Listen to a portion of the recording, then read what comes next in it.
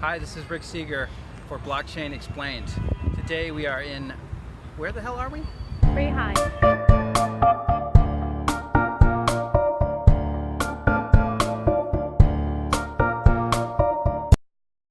Hi, this is Rick Seeger for Blockchain Explained. Today we're in Beihai, China. Today I wanted to talk about the origins of the blockchain. I think if you understand where it came from, then you have a better sense of what a blockchain actually is. So I wanted to tell you a little story about that.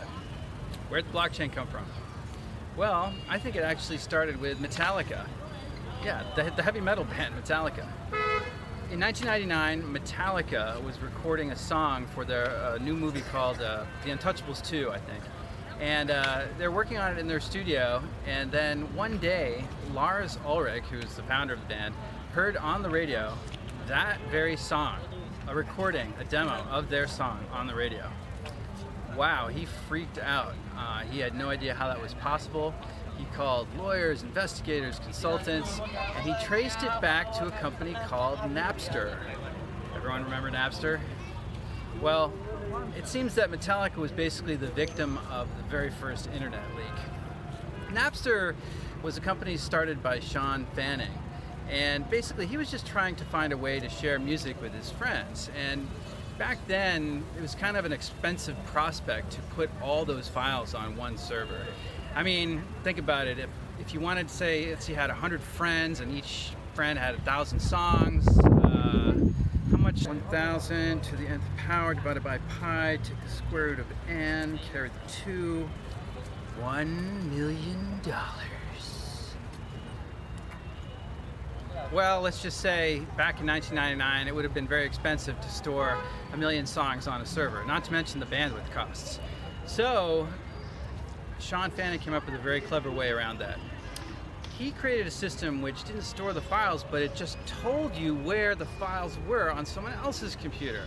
So you didn't have to upload the music to Napster. You kept it on your hard drive, and if you wanted to say the latest Metallica song, you would ask Napster where it is. Napster would tell you, and then that's all. Napster would be done. You would then connect directly to the peer that had the file, peer to peer.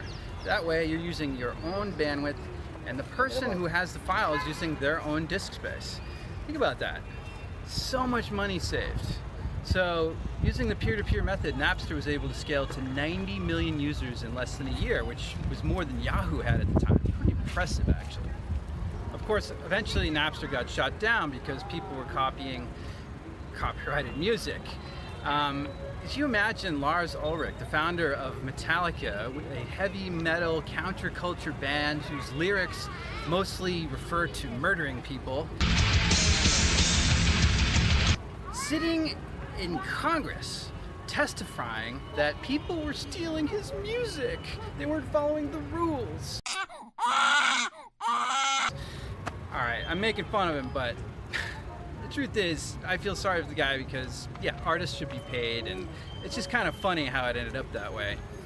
The other thing was, the other side of the story is the fans. You know, the people who downloaded the music only did it because they loved the band, you know, and they would have happily paid for it, but there was no way to pay for it. So, anyways, that was the end of Napster. Then people were left with this kind of itch at that point. The cat was out of the bag. People were used to downloading songs in 30 seconds, getting whatever they wanted. Who's going to wait 3 days for a CD to come in the mail when you can get it instantly? So along came Bram Cohen, who invented BitTorrent.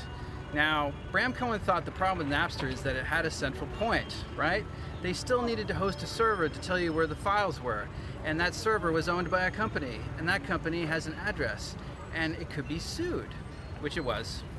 So what if the server that held the information about where the files were didn't really exist in one particular place? Well, that was his idea. So there's this concept of a tracker in BitTorrent where the tracker tells you who's got the files, and that could live anywhere, right? And if some organization manages to shut down one tracker, well, you can just spin up another one later on. The torrent file itself contains information about where the tracker is, and so really all you need is the torrent file. But then later, new technologies, distributed hash tables and magnet links, basically made it so you didn't even need a torrent file and you didn't even need a tracker. Basically, the whole thing became decentralized. At that point, it was unstoppable, and that's the key point. This technology is unstoppable. Okay. Now another way of putting that is it's available 24/7. Okay. So government may look at that and say, oh, it's unstoppable, we'll never stop it. But a tech person or a customer will look at that and go, wow, it never goes down. So that's the positive spin on that. So imagine instead of sharing an Iron Man movie on BitTorrent, we decided to share something useful. Say a ledger of transactions, right?